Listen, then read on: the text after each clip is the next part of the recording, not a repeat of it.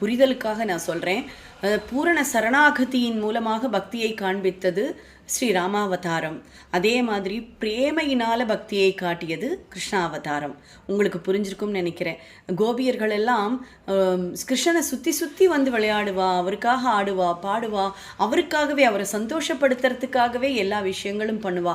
அவளுக்கு அவ்வளோ காதல் கிருஷ்ணனோட மேலே இருந்தது. குட்டி கிருஷ்ணா இருந்து லீலைகள் பண்ணும்போது நம்ம வீட்லேயே ஒரு குழந்தை இந்த மாதிரி இருக்கப்படாதா அப்படின்னு ஏங்கக்கூடிய தாய்மார்கள் எல்லாம் உண்டு. இப்படி இருந்தால் எவ்வளோ அழகாக இருக்கும், எவ்வளோ குறும்பு பண்ணுறா, எவ்வளோ கஷ்டப்படுத்தியிருக்கா. நான் யசோதைக்கு அதெல்லாம் பார்க்க கொடுத்து வச்சது. பெற்றவர் ஒருத்தி இருக்க வளர்க்கிறவர் இன்னொருத்தி வந்து அந்த சந்தோஷங்களை அனுபவிக்கிறதுங்கிறது ரொம்ப கொடுத்து வச்சதுன்னு சொன்னால் யசோதையை தான் நான் சொல்லுவேன். தேவிக்கு அவ்வளோ கஷ்டத்துலேயும் அந்த குழந்தையை பெற்றெடுத்தா, ஆனால் அதனுடைய வளர்ச்சியை பார்க்க முடியல. ஆனால் யசோதைக்கு எவ்வளோ கொடுப்பின.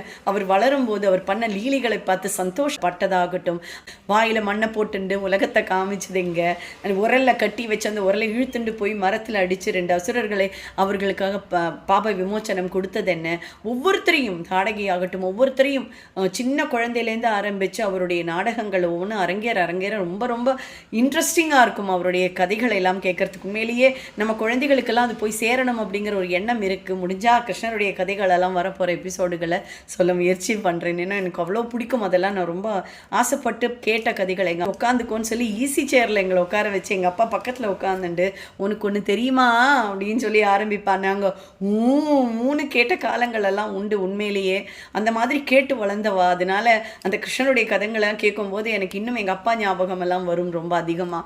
அப்படியெல்லாம் வளர்ந்தது இல்லையா. ஸோ கிருஷ்ணரை கேட்கும்போது நம்மளுக்கு அந்த பிரேமை தான் அதிகமாக வரும். ஸோ பிரேமையுடன் கூடிய பக்தியை தான். ஏன்னா அவள்லாம் அர்ப்பணிச்சுட்டா தனக்கு.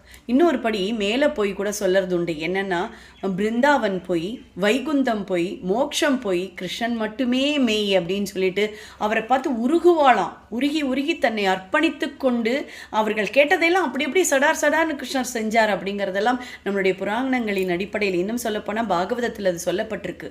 சந்தோஷத்தோட பிரேமையோட அன்பு காதல் எல்லாம் கலந்த மாதிரியான ஒரு கலவை இல்லையா.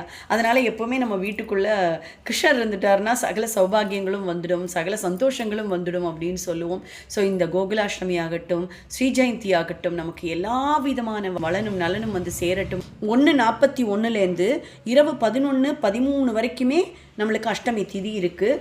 அதே மாதிரி ரோகிணி நட்சத்திரம்னு பார்த்தா ஆகஸ்ட் மாதம் 17ஆம் தேதி 6:48 வரைக்கும் கிருத்திகை நட்சத்திரம் இருக்குது. அதற்கு 6:49 ஆரம்பித்து அடுத்த நாள் கார்த்தால 4:28 வரைக்குமே ரோகிணி நட்சத்திரம் இருக்குது. ஸோ என்னென்ன பிரசாதம் பண்ணணும் அடுத்த பதிவில் பார்க்கலாம்.